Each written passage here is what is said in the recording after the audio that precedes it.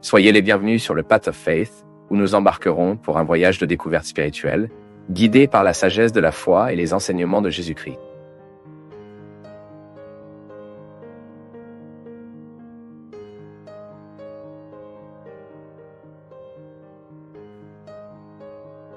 Là, à Gravata, une dame me devait particulièrement me trouver. Donna Muse Maritana des Pays-Bas Linz, et elle m'a remis une lettre. Une belle lettre même. Elle a dit « Me promets-tu que tu lis cette lettre ?» Mais bien sûr, Donna Musa, je vais lire oui, mais je ne lui ai pas dit qu'elle allait lire en public. Je pense qu'elle ne voulait même pas que je lis en public. Mais je vais faire la question de la lecture, car la lettre m'a beaucoup touché, et a un témoignage qui, je pense, sera tout à fait édifiant pour nous tous. Ce n'est pas toujours que nous rencontrons une vie racontée, avec un rapport de vie animé qui est aussi un évangile. Parfois, à mon peuple, j'entends des histoires animées, ayant la foi comme base, ayant une foi comme mystique, qu'après la fin de la personne, nous voulons dire la parole du salut. Parce que ce conte est biblique, faites attention à lui. Quelle beauté!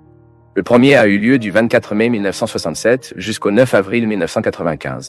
Quand j'ai eu le plus grand professeur de vie, mon fils, qui pour un problème congénital a vécu ses près de 28 ans avec toutes les limites d'un quadriplégique, mais avec une joie, un goût pour la vie si intense qu'elle a infecté tout le monde que nous l'avons entouré. Comme son alimentation était son moteur, il était le droit de, à travers son regard expressif, de nous donner de grandes cours de vie et de nous infecter par la joie et la volonté. Dans le silence éloquent de son beau look, il nous a presque imposé une commande. Vivre heureux! Et chaque fois que je décide d'être heureux, Père, mon Yuka est ressuscité. Je l'ai toujours ressenti, mais je ne pouvais pas dire. J'ai appris du Seigneur.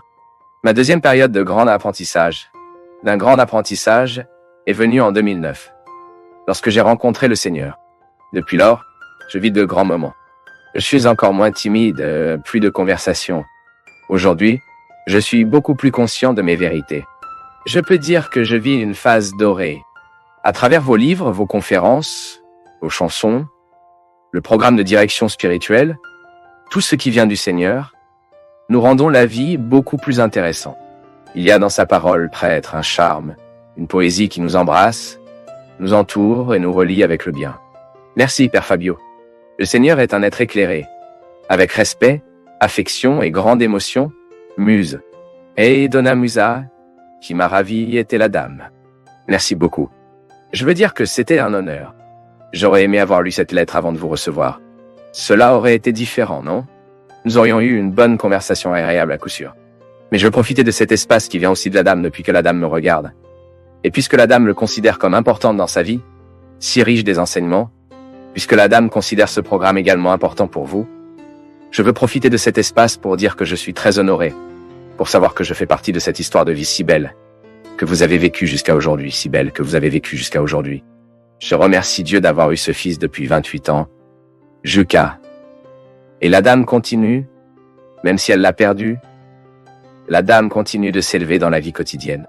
Vous êtes très sage, Donna Muse. Nous avons l'occasion de nous ramener mutuellement, pas avec nos lamurias, pas avec nos révoltes, mais nous ramenons l'autre avec notre joie, avec notre volonté de vivre. Je crois vraiment que Donna Musa, j'ai vu de nombreuses mères qui ont perdu leurs enfants pour trouver le sens de la vie, faire quelque chose pour eux. Tout comme beaucoup de gens répondent au sens de la vie lorsqu'ils gagnent une personne. Mais il est également possible de répondre au sens de la vie lorsqu'il est perdu. C'est malheureux. C'est douloureux. Il est souffert. Mais l'apprentissage est très fructueux. Et la dame, en nous partageant, vous nous apprend à nouveau que ce n'est pas une conversation, que c'est une vérité. La vérité de la dame nous aide à créer de l'espace dans notre vérité personnelle, cet enseignement, afin que nous aussi, lorsque nous avons besoin de le vivre, nous voulons. Pour cela sert le témoignage de l'autre, afin que nous puissions encourager à vivre ce qui est difficile, ce qui est douloureux. Car nous savons que quelqu'un a vécu, l'a vécu et a gagné. De même, également, comme Donna Musa, comme Donna Yara, de Sianort, une dame qui pèlera avec moi 2 fois. Vivant, heureuse, drôle. Et je vois cette joie de Donna Yara. C'est peut-être qu'elle me l'a déjà dit un jour, mais je ne me souvenais plus. Elle y est toujours très heureuse dans le pèlerinage. À une époque où elle était seule avec moi, elle m'a dit qu'elle avait également perdu un fils et que le programme de direction spirituelle l'a aidé longtemps après cette perte, sans fruit, stérile, se plaignant, gémissant, brigade avec Dieu. Elle peut se réconcilier avec Dieu comme ça aussi. Je vivrai heureux pour mon fils. Je ferai pour lui ce qu'il n'avait pas le temps de faire. C'est une attitude très sage de ceux qui aiment. Donc, Donna Musa, je vous remercie beaucoup parce que non seulement vous m'a ravi, mais m'a touché profondément pour renforcer cette conviction en moi. Et vous pouvez être sûr que même si vous êtes si loin, vivant sur la plage de Boa Viagem à Recife, vous pouvez savoir et vous pouvez être sûr que nous n'oublions jamais ce témoignage. Je pense que c'est ce qui fait continuer la parole de Dieu. C'est ce qui fait que le christianisme s'arrête. Ce sont les témoignages.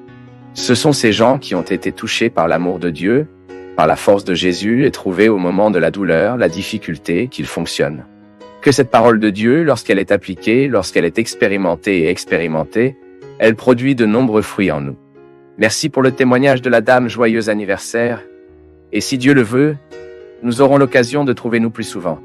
J'ai trouvé une dame intéressante ici. Cela dépend de l'enregistrement que Dieu lira, non Maurice?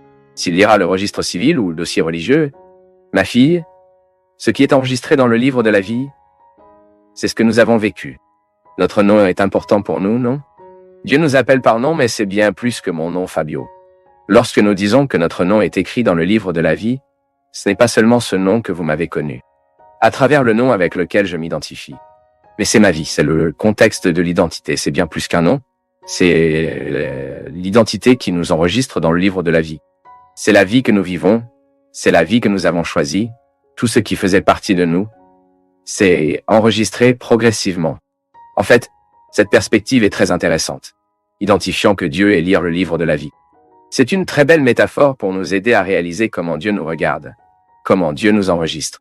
Chaque jour de nos vies, tout ce que nous vivons est enregistré dans ce livre, où Dieu a la possibilité de nous rencontrer quotidiennement. Mais c'est juste un symbolisme, ne vous inquiétez pas. Ma sœur a également été baptisée avec un nom et enregistrée auprès d'un autre. Dans le baptême, elle a un nom, dans le registre civil, on a un autre. Il n'y a pas de problème.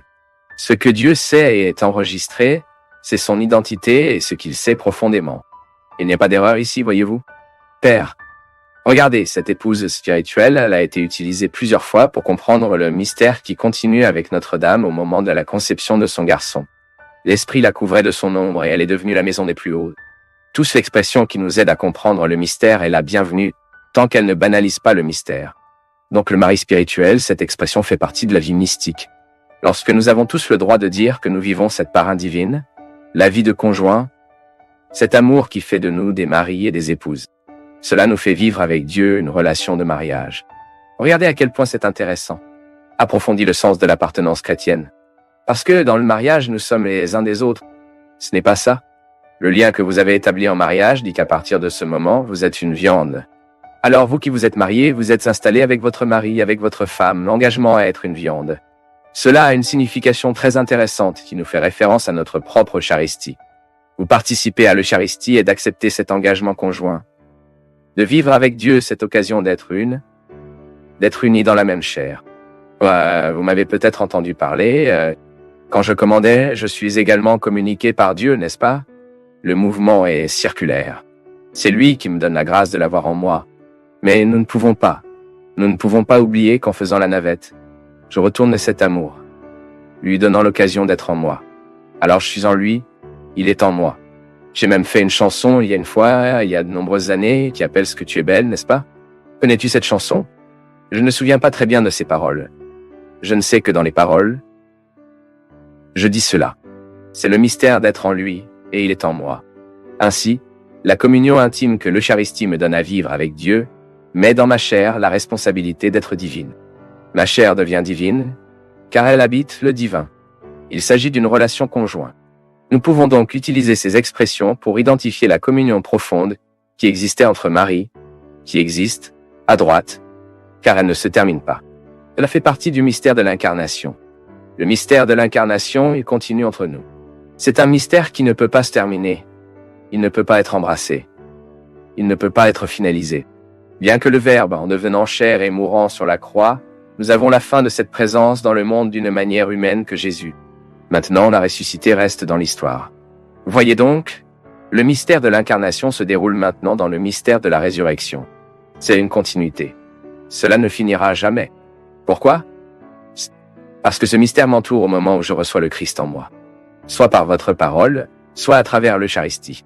Ensuite, nous serons toujours des maris et des épouses de ce Christ. Dieu présente parmi nous, nous émouvant pour que nous puissions de plus en plus faire de notre vie un lieu de révélation. Il est toujours difficile de faire de notre histoire la continuité de l'histoire du salut. Dieu a l'occasion de continuer à agir en nous et à travers nous.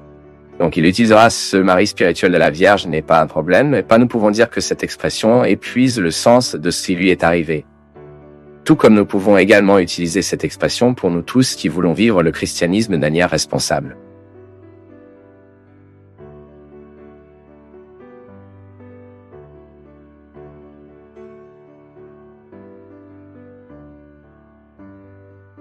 Pour nous du Path of Faith, c'est toujours une joie d'être avec vous en ce moment.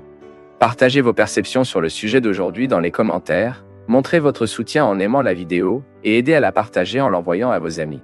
Abonnez-vous à la chaîne pour rester connecté avec nous et recevoir nos nouvelles vidéos.